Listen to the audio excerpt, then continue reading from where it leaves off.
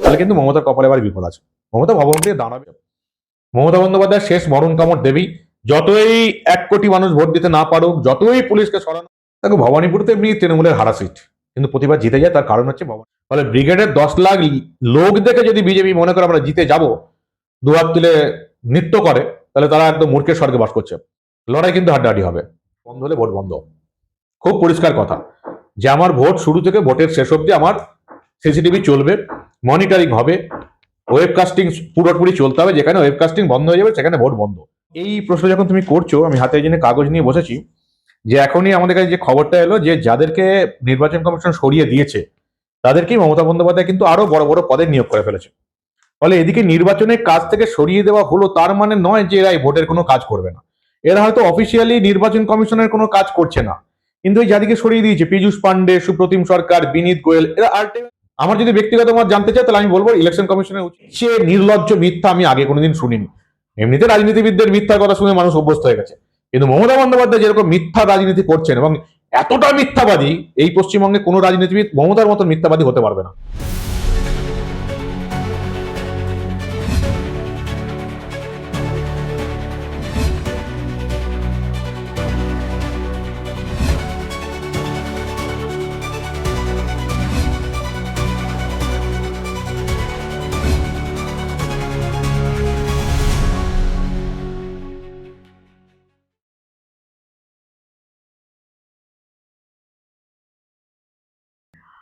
গতকাল ভোট দিন ঘোষণা হয়েছে 23 এবং 29 এপ্রিল আমাদের রাজ্যে ভোট। রাজ্যে যা বিশৃঙ্খল পরিস্থিতি, কতটা শান্তিপূর্ণভাবে এই দুদফায় ভোট করাতে পারবে কমিশন? কমিশনের আজ অব্দি যা একদিনে মানে ভোট ঘোষণার একদিনের মধ্যে যে উদ্যোগটা দেখছি, তাতে এবার কিন্তু গত ভোটগুলোর মতন অতটা মানে খুল্লম খুল্লা ওরকম গুন্ডাগিরি হবে না। এবার ভোটটা ভালোই হবে এখন অব্দি আশা করা যাচ্ছে। যদিও কেন্দ্র বাহিনী কার হাতে থাকবে এটার উপর একটা জিনিস নির্ভর করছে। কারণ 21-এর ভোটের ক্ষেত্রে আমরা দেখেছি কেন্দ্র বাহিনী ছিল, কিন্তু আলটিমেটলি সেই কেন্দ্র বাহিনী কোনো কাজে লাগেনি। 24-এর লোকসভা নির্বাচন আমরা তাই দেখেছি। তবে সেই সমস্ত রিপোর্ট নির্বাচন কমিশনের কাছে জমা পড়েছে। এবারে এতটাও মানে গুন্ডাগিরি করতে পারবে না। এখন অব্দি যেটা শুনেছি প্রায় 2 লাখ বাহিনী আসছে। তাহলে আশা করা যায় ভোট এবার শান্তিপূর্ণই হবে। আর কমিশন তো শুধু ওপরি মহলের যারা রয়েছে প্রশাসনিক ক্ষেত্রে তাদেরকে বদলি করছে, কিন্তু তাহলে নিচু তলার কর্মীরা যারা মমতা ব্যানার্জির আন্ডারে রয়েছে বা মমতা ব্যানার্জির কথা মতো কাজ করে, তারা কিভাবে নিরপেক্ষভাবে কাজ করবে? হ্যাঁ, এটা একটা সমস্যা। এটা আমারও মনে হয়েছে। কারণ এই 5 জনকে আমি বদলি করে দিলাম, তার মানে নয় যে পুরোটাই শান্তিপূর্ণ ভোট করা যাবে। কারণ মমতা বন্দ্যোপাধ্যায়ের রাজত্বকালে পুরো প্রশাসনটা, পুলিশ এবং প্রশাসন পুরোটাই দলদাসগিরি হয়ে গেছে। এবং বিশেষ করে উপরতলা যারা আছেন, যাদের হয়তো মাইনেটা মমতা বন্দ্যোপাধ্যায় সরকার দেয় না, আইএএস বা আইপিএস, এরা সবচেয়ে বেশি দলদাস হয়ে গেছে। যেটা একটা মানে পুরো পুলিশ প্রশাসন ভেঙে পড়ার সবচেয়ে উল্লেখযোগ্য দিক। মানে আইপিএসরা এরকম করবে আমরা ভাবা যায় না। যারা তোমার ধরো ডব্লিউবিপিএসি আছে, ওয়েস্ট বেঙ্গল পুলিশে কাজ করে, তাদেরকে সরকার চাকরি দিয়েছে, ফলে সরকার হয়ে করতেই হবে, কিছু করার থাকে না, খুব পরিষ্কার কথা বলতে গেলে। কিন্তু আইপিএস দের মাইনে কেন্দ্র সরকার দেয়। হ্যাঁ, পোস্টিং রাজ্য সরকার দেয়, একটা ঘটনা। কিন্তু সেই আইপিএস দের আন্ডারে তো গোটা পুলিশ বাহিনীটা চলে। ফলে আইপিএস যদি দলদাসগিরি করে চলে, তাহলে বাকি পুলিশদের কিছু করার থাকে না। এবং এটা সত্যি ভালো প্রশ্ন যে আমি 6 জনকে সরিয়ে দিলাম, এই 6 জনকে সরিয়ে আমি তো আর পুরো প্রশাসনটাকে ইয়ে করতে পারবো না, আবার 6 জনের বদলে অন্য কেউ যাবে। এবং এই প্রশ্ন যখন তুমি করছো, আমি হাতে এই জন্য কাগজ নিয়ে বসেছি যে এখনই আমাদের কাছে যে খবরটা এলো যে যাদেরকে নির্বাচন কমিশন সরিয়ে দিয়েছে তাদেরকেই মমতা বন্দ্যোপাধ্যায় কিন্তু আরো বড় বড় পদে নিয়োগ করে ফেলেছে। ফলে এদিকে নির্বাচনের কাজ থেকে সরিয়ে দেওয়া হলো, তার মানে নয় যে এরা এই ভোটের কোনো কাজ করবে না। এরা হয়তো অফিসিয়ালি নির্বাচন কমিশনের কোনো কাজ করছে না, কিন্তু এই যাদেরকে সরিয়ে দিয়েছে পীযূষ পান্ডে, সুপ্রতিম সরকার, বিনীত গোয়েল, এরা আলটিমেটলি পুরো নির্বাচনটাতেই এফেক্ট করবে। কারণ তোমরা দেখতে পাচ্ছ মমতা বন্দ্যোপাধ্যায় কিন্তু পরিষ্কার বার্তা দিয়ে দিল। এই যে পীযূষ পান্ডে, যাকে নির্বাচন কমিশন সরিয়ে দিল, তাকে আবার 3 জন কি আবার নতুন দায়িত্ব দিয়েছে। পীযূষ পান্ডেকে ডিরেক্টর সিকিউরিটি করে দিয়েছে, সুপ্রতিম সরকারকে এডিজি সিআইডি, বিনীত গোয়েলকে ডিজি আইজিপি আইবি করা হয়েছে। তার মানে কি, মানে মমতা বন্দ্যোপাধ্যায় বলে দিল যে এরা যেমন দায়িত্বে ছিল তেমন দায়িত্বই থাকছে, একটা চেয়ার থেকে সরে অন্য একটা চেয়ারে গেছে। এরা কিন্তু ভোটে যথেষ্ট এফেক্ট করবে। গোটা পুলিশ বাহিনীটাকে এরাই পরিচালনা করবে। কিভাবে তৃণমূলের ভোটটা করতে হবে সেটা এরাই করবে। ফলে আমি ভোটের কাজে ডাইরেক্ট নিয়োগ করছি না, কিন্তু ইনডাইরেক্ট ভাবে এরা যদি এই রাজ্যে থাকে তাহলে তো এখানেই কাজে দেবে। আমার যদি ব্যক্তিগত মত জানতে চাই তাহলে আমি বলবো ইলেকশন কমিশনের উচিত অন্যান্য রাজ্যে ভোট হচ্ছে, এই 3 জনকে অন্য রাজ্যে দায়িত্ব দিয়ে পাঠিয়ে দেওয়া। এর বেশি কিছু করার নেই। অন্য রাজ্যে একসঙ্গে ভোট হচ্ছে বিভিন্ন জায়গাতে, সেই সমস্ত রাজ্যে এই 3 বা 4 পুলিশ কর্মীকে ভোটের দায়িত্ব দিয়ে সেই রাজ্যে একেবারে এই রাজ্য থেকে সরিয়ে দেওয়া ভোটের সময় অবধি, আমার ব্যক্তিগত মত। শুভেন্দুবাবু বারবার একটা কথা বলেন যে অন্য রাজ্য থেকে আইপিএস আইএএস দের এনে এখানে কাজ করানো উচিত। আপনি সহমত? একদম সহমত, কারণ এই রাজ্যের পুলিশ এবং প্রশাসন ব্যবস্থা বলে কিছু নেই। কারণ এরা এতটাই ভয় দেখিয়ে রেখেছে পুলিশ এবং প্রশাসনকে, এরা নিজেদের ইচ্ছায় কিছু করতে পারবে না। তাহলে যতক্ষণ না বাইরের রাজ্য থেকে কোনো পুলিশ বা প্রশাসনের আধিকারিকরা আসবে, তখন ভোট কোনো রকমই এখানে শান্তিপূর্ণ তো অনেক দূরের কথা, কিছুই ঠিকঠাক হবে না। এরা কাউন্টিংও গন্ডগোল করবে, আগেও করে এসছে, এবারও করবে। নির্বাচন কমিশনার যতবার রাজ্যে এসছেন ততবার তিনি বলেছেন যে ভোটের মানে পূর্ববর্তী হিংসা বা পরবর্তী হিংসা কোনটাই বরখাস্ত করা হবে না। তারপরও দেখা গেছে যে গঙ্গাসাগরে শুট আউট হয়েছে, গিরিশ পার্কের ঘটনা দেখলাম আমরা ব্রিগেডের দিন, কেন্দ্রীয় বাহিনী নীরব, পুলিশ ওপারে দাঁড়িয়ে মজা দেখছে এপারে। দেখো, আমাদের পুলিশ এবং প্রশাসন পুরোটাই করাপ্ট হয়ে গেছে, নিচে থেকে উপর অব্দি দুর্নীতি।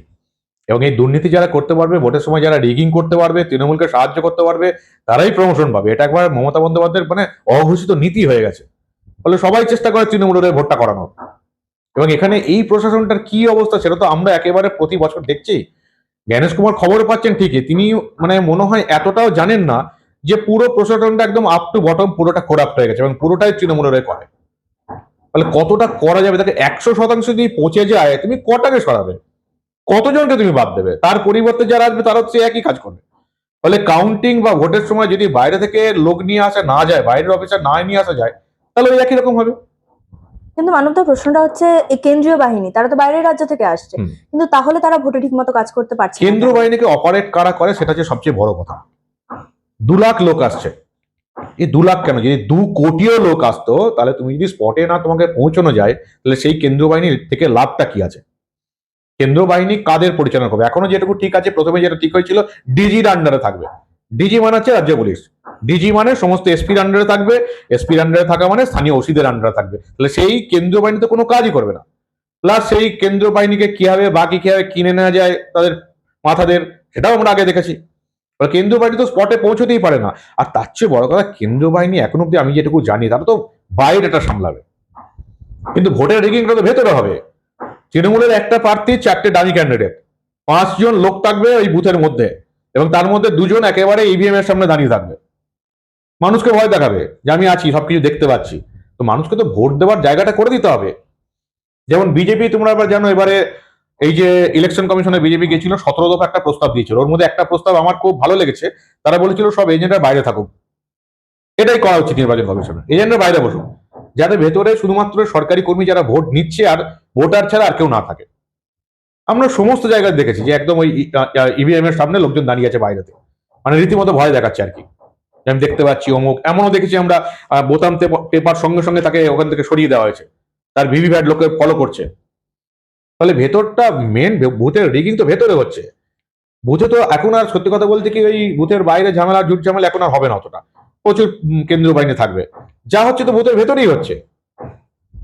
কিন্তু এই বুথের ভিতরে যারা রয়েছে, প্রিসাইডিং অফিসার, পোলিং অফিসার, এরা যদি সমর্থন না করতো তাহলে রিগিং ছাপ্পা এগুলো হতো না। মানে এরা তো সরষে সবাই বিজয়ী তো রাজ্য ভোটটা সরকারি রয়েছে। কর্মচারী, এদেরকে প্রত্যেকের পরিচয় নেতাদের কাছে পৌঁছে যাচ্ছে যে আমার বুথে এই বুথটাতে যে 3 জন লোক যাচ্ছে, presiding officer, first polling, second polling, যাই থাকুক, সরকারি কর্মচারীরা কোথায় কোথায় কাজ করে পুরো লিস্ট চলে যাচ্ছে। যে অমুক দাস এই স্কুলে মাস্টারমশাই, অমুক দাস অমুক জায়গায় সব সরকারি চাকরি করে। এদিকে আগে তার আগের রাতেই বলে দেয় যে এই হচ্ছে আপনি, এই হচ্ছে আপনাদের পরিচয়, আমাদেরকে ভোটটা যদি না করতে দেন, ওদিকে হয়তো অন্য কোথাও বদলি করে দেবে বা প্রমোশন দেবে না। এরকম গুলো কাজগুলো করছে। তো ফলে কারো তো কিছু করার থাকছে না। যতক্ষণ না বাইরের রাজ্যের কর্মচারী আসবে, তত তো বাইরের রাজ্যের কর্মচারী মমতা বন্দ্যোপাধ্যায় তৃণমূল কিছু করতে পারবে না। কাজের চাকরি তাদের সরকারের উপর নির্ভর করবে। ফলে বাইরের রাজ্যের অফিসটা তো দিতেই হবে, অ্যাটলিস্ট প্রিসাইডিং অফিসার বাইরের রাজ্যে দেওয়া উচিত, না জিনিসটা তো একই হবে।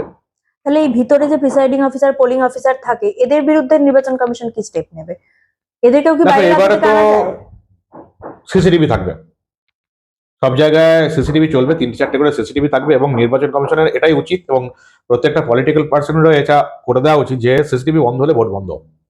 খুব পরিষ্কার কথা যে আমার ভোট শুরু থেকে ভোটের শেষ অবধি আমার সিসিটিভি চলবে, মনিটরিং হবে, ওয়েবকাস্টিং পুরোপুরি চলতে হবে। যেখানে ওয়েবকাস্টিং বন্ধ হয়ে যাবে সেখানে ভোট বন্ধ, সেখানে আবার নতুন করে ভোট নেওয়া হবে। এবং বিশেষ করে বিরোধী রাজনীতি দল বিজেপির এটাই অন্তত উচিত যে ভাই যতক্ষণ ওয়েবকাস্টিং চলবে ততক্ষণ ভোট চলবে। যদি কেউ বন্ধ করে দেয়, ওই সিসিটিভির সামনে গেঞ্জি ঝুলিয়ে দিলাম, লুঙ্গি ঝুলিয়ে দিলাম, এসব হলে পুরোপুরি বন্ধ, পরের দিন ভোট হবে। এটা করা উচিত, এটা যত বুঝি হোক। আমাদের কি হয়, একটা বিধানসভাতে হয়তো প্রায় 300-400 বুথ থাকে, তার মধ্যে যদি 100টা বুথে গন্ডগোল হয়, আমরা দেখা যায় যে ওই 2 কি 3টে বুথে ডিফল্ট হলো। ওরকম করলে হবে না। ওয়েবকাস্টিং না হলে সব বন্ধ করে দাও। মানে কেন্দ্রীয় বাহিনীর যে মানে কন্ট্রোলটা থাকে কলকাতা পুলিশের হাতে, এটা যদি চেঞ্জ না করে তাহলে তো এবারও 21-এর ভোটের মতোই মানে দৃশ্য আমরা দেখতে পাবো। না, কলকাতা পুলিশের হাতে থাকে, জেলা ক্ষেত্রে রাজ্য পুলিশের হাতে থাকে, কিন্তু রাজ্য পুলিশের হাতে কন্ট্রোল থাকলে ওই যতই যাই করুক কিছুই হবে না আলটিমেটলি। কেন্দ্রীয় বাহিনীর কন্ট্রোল যদি নির্বাচন কমিশন নিজেরা না রাখতে পারে তাহলে আলটিমেটলি কিছু হবে না। আমরা নিজেরা দেখেছি, আমি তো ফিল্ডে কভার করতাম এক সময়। একটা জায়গায় ঘটনা ঘটছে, কেন্দ্রীয় বাহিনী হয়তো 2 কিলোমিটার দূরে দাঁড়িয়ে আছে, তাদেরকে 10 কিলোমিটার ঘুরিয়ে এটা স্পটে এনেছে। আর বেশিরভাগ খেলাটা তো বুথের ভেতরে হয়, বেশিরভাগ জায়গাতে জোট ঝামেলা করে আটকে দেওয়া হয়। হিন্দু অঞ্চলাংশ হিন্দু ভোটারদের আটকে দেওয়া হয়, সেগুলো তো আছেই, সেগুলো তো আছেই। কিন্তু তার চেয়েও সবচেয়ে বড় খেলাটা কিন্তু বুথের ভেতরে হয়। যদি এবারে এসআইআর করার পরে প্রায় আশা করছি 1 কোটি মানুষ ভোট দিতে পারবে না। এমনি তোমরা জানো 65 লাখ আগেই বাদ চলে গেছে। বাকি এখন অব্দি যা হিসেব, আজকের দিন অব্দি 30 লাখ মানুষ যাদের নথি চেক হবে না তারা ভোট দিতে পারছে না। মানে আমি আশা করছি না যে 30 লাখের বেশি নথি চেক করতে পারবে এখন অব্দি, যদি বড় কিছু এরা না করে। তার মানে 65 আর 30 95 লাখ এমনি বাদ চলে গেল। আর বাকি 30 লাখের 40% অযোগ্য ভোটার, বেআইনি ভোটার হয়ে যাচ্ছে। মানে সেখানেও মোটামুটি 50% ধরলে প্রায় 15 লাখ, মানে বুঝতে পারছো তো, 45 ওদিকে 65, প্রায় 1 কোটি 10 লাখের কাছাকাছি ভোটার কিন্তু এবার আর ভোট দিতে পারছে না। মানে তৃণমূলের সেই যাবতীয় ফলস ভোটার বাদ চলে গেছে। লড়াই কিন্তু হাড্ডাহাড্ডি হবে। কিন্তু এই যে বিবেচনাধীন ভোটাররা রয়েছে, এদের মধ্যে তো এমন অনেকেই রয়েছে যারা এই ভোটে হয়তো প্রার্থী হতে চেয়েছিল, তারা তো সুযোগটা পাচ্ছে না, তাদের থেকে অধিকারটা চলে যাচ্ছে। হ্যাঁ, ভোটে তারা তো, এটা তো মমতা বন্দ্যোপাধ্যায় তৃণমূলের জন্যই হয়েছে। সমস্ত রাজ্যের যেখানে যেখানে শুরু হয়েছিল পশ্চিমবঙ্গের সঙ্গে সব জায়গাতে শেষ হয়ে গেছে, কোথাও তো অসুবিধা হয়নি। এবং এই যে যারা নাম বাদ দেওয়ার যারা ইয়েতে ছিল আর কি, সে তো ইআরও এবং এইআরও ছিল, তারা তো মমতা বন্দ্যোপাধ্যায় রাজ্য সরকারের কর্মী। তো মমতা বন্দ্যোপাধ্যায় তো নিজের রাজ্য সরকারের কর্মচারীদের উপর নির্ভর করতে পারেনি, তাই তো কোর্টে গেছে সুপ্রিম কোর্টে। এবং এটা তো সুপ্রিম কোর্ট, মমতা বন্দ্যোপাধ্যায় নিজের রাজ্যের সরকারি কর্মচারীদের উপর ভরসা করতে পারেনি বলেই তো সুপ্রিম কোর্ট নির্দেশ দিয়েছে যে বিচার বিভাগীয় লোকজন দেখবে। সেজন্যই তো 700 জন বিচার বিভাগীয় লোকজন দেখছে, বিচারপতি আছে, বিচারকরা আছে। এটা তো সম্পূর্ণ তৃণমূলের দোষী হয়েছে। আর এই যে বাকি এই যে এসআইআর নিয়ে তৃণমূল এত কথা বলছে, এসআইআর লাইনে দাঁড়িয়ে যে মানুষ হেনস্থা হলো, কেন হেনস্থা হলো? এটা তো তৃণমূল, তো তোমরা জানো ভালো করে, তৃণমূল প্রথমের দিকে কি করলো, ওই কম্পিউটার অপারেটর দিল না, ডাটা এন্ট্রি অপারেটর দেয়নি, প্রচুর ভুক্ত হয়েছে, ইআরও এআরও দেয়নি, ফলে মানুষকে লাইনে দাঁড়াতে হয়েছে। অ্যাকচুয়ালি মানুষকে লাইনে দাঁড়িয়ে হেনস্থাজি হতে হলো পুরোপুরি তৃণমূলের দোষে, মানে রাজ্য সরকার কর্মচারী দেয়নি। আর এটা যে হচ্ছে যে 60 লাখ নথি চেক হচ্ছে, বিচার বিভাগীয় লোকেরা নথি চেক করছে, এটা তো তৃণমূলের জন্য হয়েছে, দায়টা তো তৃণমূলের। কারণ সুপ্রিম কোর্ট কি নির্দেশ দেয় এখন দেখার। সুপ্রিম কোর্ট যদি বলে, সুপ্রিম কোর্ট তো অলরেডি মানে দিন ঘোষণা করতে বলেছে, দিন ঘোষণা হয়ে গেছে, মানে ভোট সেই সময়ই হবে। ফলে আমি আশা করছি 30 লাখের বেশি ভোট দিতে পারবে না। তার মানে এই যে 60 লক্ষ বিবেচনাধীন ভোটার রয়েছে, এদেরকে বাদ দিয়েই ভোট করাতে হবে। 60 লাখ পুরো বাদ যাচ্ছে না। আজকে অব্দি 15 লাখের টেস্ট হয়েছে, নথি চেক হয়ে গেছে, সেখান থেকে 40% ভোটার বাদ চলে গেছে, বেআইনি ভোটার। আর বাকি আমি আশা করছি 1 মাসের মধ্যে খুব বেশি 15 লক্ষের বেশি করতে পারবে না মনে হচ্ছে এখন অব্দি, আমার ব্যক্তিগত মত। ফলে 60 লাখের মধ্যে 30 লাখের নথি চেক হবে, সেই 30 লাখের মধ্যে 40% বাদ যাচ্ছে, বাকি 30 লাখ তো এমনি বাদ চলে যাবে যারা নথি চেক হয়নি। কিন্তু সেটা কি ঠিক হবে যে এই যে বাকি লোকজন রয়েছে তারা তাদের ভোটাধিকার পাবে না? অন্যদিকে মতুয়া সম্প্রদায় রয়েছে যারা সিএ এর জন্য অনেকেই এখনো নাগরিকত্ব পায়নি, এদেরকে বাদ দিয়ে একটা গোটা ভোট করিয়ে নেওয়া। দেখো, সত্যি কথা বলতে কি, অন্যদিকে দেখতে গেলে তো এর উচিত হবে না। কারণ এই 30 লাখের মধ্যে আমি যদি ধরে নিই, এখন যে প্রসেসটা চলছে যাতে 15 লাখ নথি চেক হয়েছে, তার মধ্যে 40% তোমার বেআইনি ঘোষণা হয়েছে। যদি ধরে নিই এই অনুযায়ী চলে, তাহলে 60 লাখের মধ্যে 40% বাদ যাওয়ার কথা। কিন্তু বাকি তো আরো কিছু আসল ভোটার তো রয়েই যাচ্ছে, যে 30 লাখ লোক আমরা এখন ধরে নিচ্ছি ভোট দিতে পারবে না, তাদের মধ্যে অন্তত 60% ভোটার অরিজিনাল রয়ে যাচ্ছে এখনকার হিসাবে। ফলে সেটা তো তাদের প্রতি অবিচার হচ্ছে, এটা তো অস্বীকার করার কোনো জায়গা নেই। আর মতুয়াদের কথা বললে, এখানেও কিন্তু মমতা বন্দ্যোপাধ্যায় ভুল বুঝিয়েছিল। মমতা, অভিষেক এবং তৃণমূল বরাবর ভুল বুঝিয়েছে, যাদেরকে সি এর জন্য অ্যাপ্লাই একদম করবেন না, তাহলে মোদী সরকার আপনাদের ভারতের বাইরে বার করে দেবে। এবং মতুয়াদের অনেকে সেই মমতা বন্দ্যোপাধ্যায়, অভিষেক বন্দ্যোপাধ্যায়ের মিথ্যাটা খেয়ে কিন্তু সি এর ফর্ম ফিল আপ করেনি। এখন কিন্তু সি এর ফর্ম যারা ফিল আপ করেছে, আমরা দেখতে পাচ্ছি বেশ কিছু সার্টিফিকেট পেয়েও গেছে এবং তারা ভোট দিতে পারবে। ফলে মমতা বন্দ্যোপাধ্যায় যে সি এ নিয়েও মানুষকে ঢপ দিয়েছিল, এবার অন্তত মতুয়া সম্প্রদায় বা যারা শরণার্থী তাদের কিন্তু বোঝা উচিত যে তারা যদি আগে যদি সি এর জন্য ফর্ম ফিল আপ করতো 4-5 মাস আগে, এতদিন তারা সার্টিফিকেট পেয়ে যেত, তারা এই ভারতবর্ষের ভোটার হয়ে যেত। ফলে মমতা বন্দ্যোপাধ্যায় কিন্তু একদম শুধুমাত্র মিথ্যা কথা বলে, মমতা, অভিষেক এবং তৃণমূল মিথ্যা কথা বলে এই সমস্ত মতুয়া শরণার্থী যারা আছে, হিন্দু শরণার্থী, তাদেরকে ফর্ম ফিল আপ করতে দিল না, যার জন্য আজকে তারা সি এ সার্টিফিকেট পেল না। এরা হয়তো এবারে ভোট দিতে পারবে না, কিন্তু মোদী সরকারের তো অফিসিয়াল ঘোষিত নীতি যে কাউকে দেশ থেকে চলে যেতে হবে না। এরা পরবর্তীকালে সি এর ফর্ম ফিল করবে এবং পরবর্তীকালে ভোটার হবে। হয়তো 2026-এর বিধানসভা ভোটে তারা ভোট দিতে পারবে না, কিন্তু 2029-এর লোকসভা ভোটে ভোট দিতে পারবে। এটুকু কষ্ট করতে হবে তাদেরকে, কারণ তারা মমতা বন্দ্যোপাধ্যায় আর অভিষেক বন্দ্যোপাধ্যায়ের মিথ্যাকে বিশ্বাস করেছিল। তাহলে এই যে 15 লক্ষ ভোটার বিবেচনা হয়ে যাবে, তাদের মধ্যে এমন অনেকেই থাকতে পারে যারা যোগ্য, তারা যদি আবার নতুন করে অ্যাপ্লাই করে তাদের নাম বাদ না চলে না না না যাওয়ার না, পর। 15 লক্ষ ইতিমধ্যেই নথি চেক হয়ে গেছে। এই 15 লক্ষের মধ্যে 40% বাদ গেছে, অ্যাপ্রক্স 40% একেবারে বাদ চলে গেছে, তারা বেআইনি ভোটার। আর এই 15 লক্ষের মধ্যে 60% কিন্তু ভোটার তালিকায় তাদের নাম উঠবে, যে কোনো দিন সাপ্লিমেন্টারি নথি বেরোবে, মানে সাপ্লিমেন্টারি এই তালিকা বেরোবে, তাদের নাম ওই বাকি যারা তালিকায় আছে, ভোটার লিস্টে নাম আছে, তার সঙ্গে জুড়ে যাবে। এই 15 লাখের মধ্যে অ্যাপ্রক্স ওই 40% বাদ চলে যাবে, বাকি 60% নাম উঠে যাবে। কদিনের মধ্যেই এদের নাম বেরিয়ে যাবে, তারা ভোট দিতে পারবে।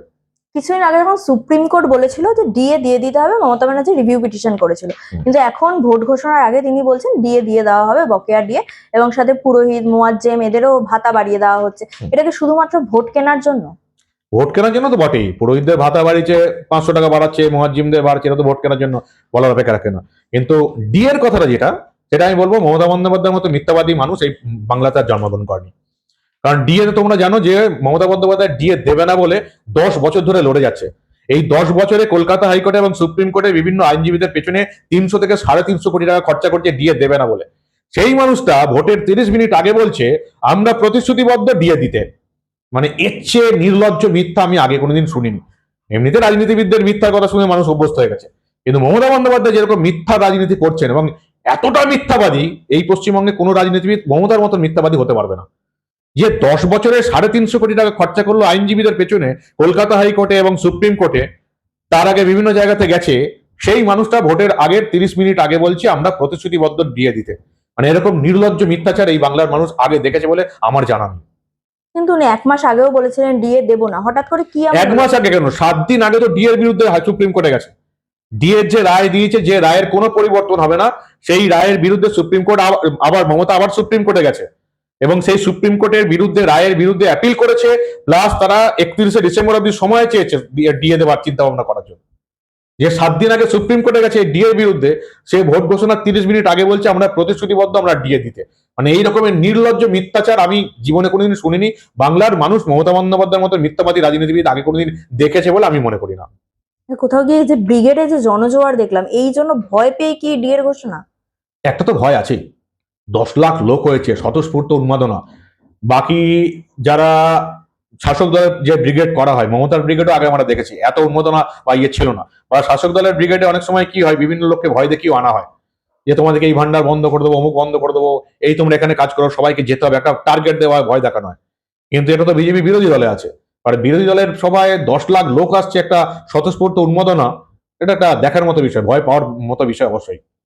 কিন্তু আনন্দ, এই যে মোদির ব্রিগেড সভা, আমরা যখন সিপিএম এর ব্রিগেড হয় তখনও দেখি লাখ লাখ মানুষ সেখানেও আসে, কিন্তু আলটিমেটলি ভোটের খাতায় তারা শূন্য।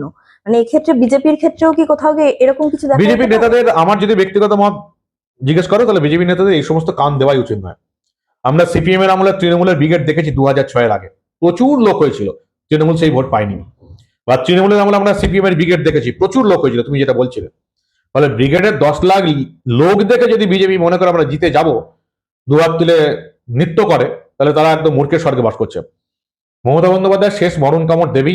যতই 1 কোটি মানুষ ভোট দিতে না পারুক, যতই পুলিশকে সরানো হোক, মমতা বন্দ্যোপাধ্যায় তার লুঙ্গি বাহিনীকে দিয়ে, রোহিঙ্গা বাহিনীকে দিয়ে ভোটের সময় কন্ট্রোল করার চেষ্টা করবে।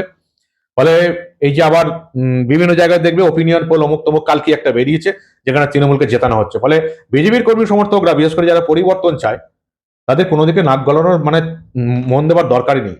এক একটা বিধানসভা অ্যাসেম্বলিতে 250 থেকে 300টা বুথ থাকে, বুথ দখল করতে পারলে তবে জিততে পারবে। তার সঙ্গে এই প্রশাসনে কাকে সরিয়ে দেওয়া হলো, কত লাখ বাদ গেল, কত কোটি ভোট দিতে পারছে না, 10 লাখ লোক ব্রিগেডে এলো, কিচ্ছু এসে যায় না। মমতার তৃণমূল মরণ কামড় দেবে। ফলে ভোটের দিন যদি বুথ দখল করতে পারা যায় বা বুথে নজর দেওয়া যায় এবং কাউন্টিং এর টেবিল যদি শেষ মুহূর্ত দেখা যায়, তবেই একমাত্র এই রাজ্যে পরিবর্তনের সম্ভাবনা আছে। কারণ তোমরা জানো, সংসদীয় গণতন্ত্রে একমাত্র বিরোধী দলই পরিবর্তন আনতে পারে। ব্রিগেডে আসা একাংশ, মানে যারা কর্মী রয়েছে, গ্রাউন্ড লেভেল কর্মী, তাদের একাংশের দাবি যে তারা বিজেপি করে বলে মিথ্যে কেসে ফাঁসিয়ে দেওয়া হয়, গাঁজা, রেপ, বিভিন্ন কেসে তাদেরকে বছরের পর বছর তারা জেল খাটে, কিন্তু উপরিমহলের নেতারা কোনো রকম ব্যবস্থা নেয় না। এই কারণে কি কোনো রকম হেরফের দেখা যেতে পারে ভোটে? এটা একটা কর্মীদের অভিযোগ আছে, এটা আমার কাছে অনেক এসছে। জেনারেলি খুব পরিষ্কার কথা বলছি, ওই 3 ধরনের কেস দেয়। একবারে যারা নিচু তলার কর্মী তাদেরকে গাঁজা কেস দেয়, তাদেরকে একটু উপরের স্তরের নেতা যারা হয়তো ওই মানে নেতা বলতে মানে পার্টির সঙ্গে থাকে, ভোটের কাজ ম্যানেজ করে, তাদেরকে ওই আর্মস কেস দেয়। আর তাদের একটু উপরে যারা শহর কেন্দ্রিক বা যারা নাম ডাক আছে তাদেরকে মহিলা কেসে ভাসায়। খুব পরিষ্কার কথা, তোমরা এই কদিনে এই বছরে নিশ্চয়ই দেখেছো 13 বছর 14 বছর আগে কোন মহিলার সঙ্গে কি মানে আশ্বাস দিয়েছে, অমুক দিয়েছে, এটা সুপ্রিম কোর্টের এখন আর আইনই নেই। সুপ্রিম কোর্টের আইন বলছে যে মানে কোনো সাবালক কোনো মহিলা বা পুরুষ যদি কোনো কিছু করে নিজেদের ইচ্ছায়, সেখানে ওই প্রতিশ্রুতির কথাটা আসে না, এটা আইনের মধ্যেই নেই। ফলে তোমরা দেখতে পাচ্ছ কদিনে কি হয়েছে। আর গাঁজা কেসটা এখন শুরু হয়ে গেছে অলরেডি, গ্রামগঞ্জে গাঁজা কেস দিচ্ছে, এবং একেবারে লোয়ার লেভেলে যারা কর্মী আছে তাদের একটা অভিযোগ থাকে যে বড় নেতারা পেছনে দাঁড়ায় না, কিন্তু এটা এখন অনেক কমে গেছে। এই মুহূর্তে ভোটের আগে থেকে এই যাদের গাঁজা কেস দিচ্ছে তাদের হয়ে বিজেপি কর্মীরা লড়ছে বিভিন্ন জায়গাতে। দু একটা অভিযোগ তো রয়েই গেছে, অস্বীকার করার কোনো জায়গা নেই। ভবানীপুর যেটা একদম হাই ভোল্টেজ কেন্দ্র, সেখানে দেখা যাচ্ছে ভোট ঘোষণার পর থেকে কেন্দ্রীয় বাহিনী রুট মার্চ করা শুরু করেছে। কি বলবেন এই বিষয়ে? দেখো, ভবানীপুরে এমনি তৃণমূলের হারা সিট, কিন্তু প্রতিবার জিতে যায়। তার কারণ হচ্ছে ভবানীপুরে যে 7টা ওয়ার্ড আছে তার মধ্যে 5টা ওয়ার্ডে জেনারেলি বিজেপি জেতে, 2টো ওয়ার্ডে এবং বিশেষ করে একটা মানে মুসলিম অধ্যুষিত ওয়ার্ডে জেতার পর ভবানীপুর সিটটা বেরিয়ে যায়। এবারে সেখানে থেকে কিন্তু প্রচুর ভোটার বাদ চলে গেছে। ভবানীপুর অ্যাপ্রক্স 50,000 ভোটার বাদ গেছে। ফলে মমতার টেনশন আছেই ওখানে। 5টা ওয়ার্ডে যেমন বিজেপি জিতে থাকে তেমন যদি জিতে থাকে, আর যে ওয়ার্ডটায় তৃণমূল বার করে নেয় মুসলিম অধ্যুষিত ওয়ার্ডে যদি অত ভোটার না পড়ে, তাহলে কিন্তু মমতার কপালে আবার বিপদ আছে। মমতা ভবনপুরে দাঁড়াবে কিনা সেটা তখন দেখার। ভবানীপুরে বিরোধী মুখ হিসেবে কাকে দেখতে চান? আমি যতদূর জানি, আমার ব্যক্তিগত মত যে বিজেপি তরফ থেকে শুভেন্দু অধিকারীকে বলা হয়েছে এই নিয়ে, বা অন্য সবাইকে, সুকান্ত মজুমদার বা শ্রমিক ভট্টাচার্যকে প্রশ্ন করা হয়েছে যে ভবানীপুরে কি করা উচিত। আলোচনা চলছে, এর বেশি জানি না আমি। অসংখ্য ধন্যবাদ।